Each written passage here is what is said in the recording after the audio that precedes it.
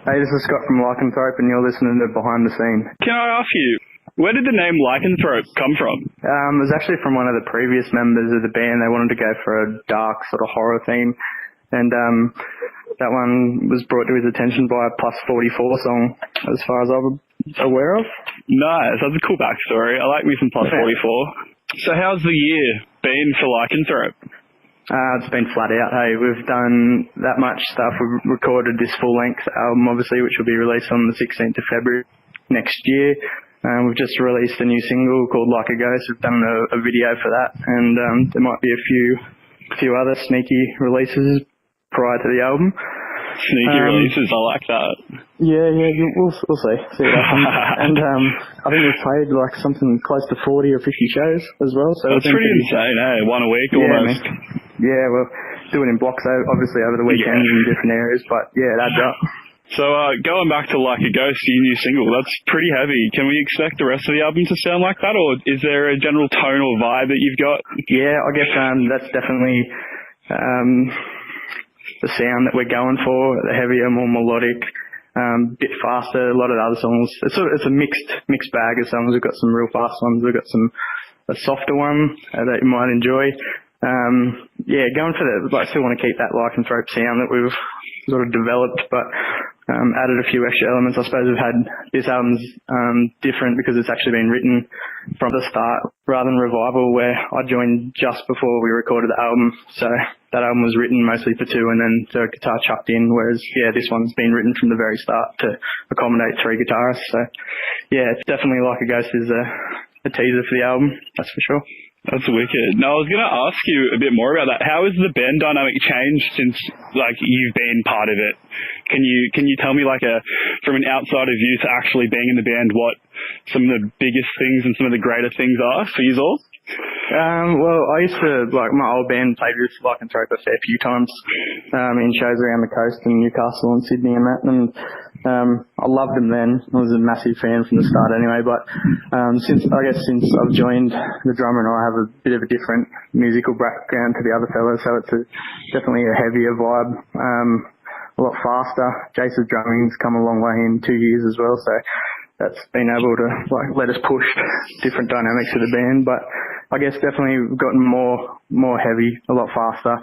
And then Dan's vocals as well. He's always been unreal at his cleans and has a different sort of voice to anyone else around. But this album he's just let loose and given it everything, not sort of held himself back just to be safe. He's pushed it. So.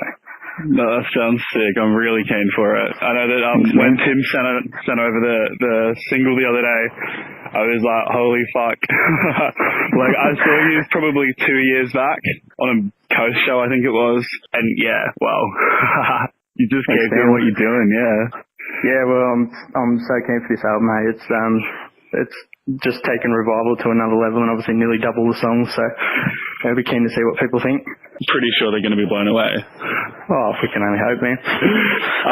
So which album or which band pretty much influenced you to pick up and start playing? Oh, myself, that would be probably Pantera back in the day when I was a bit younger. Dimebag Darrell, obviously.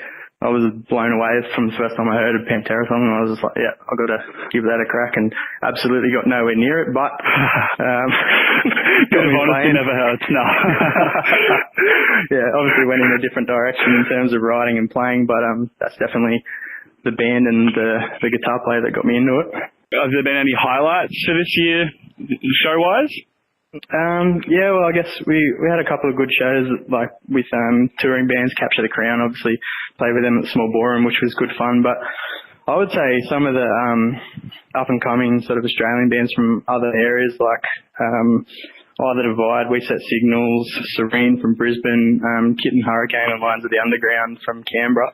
We've had some awesome shows with them in their hometown, and they've come down this way and we've played with them and up this way too.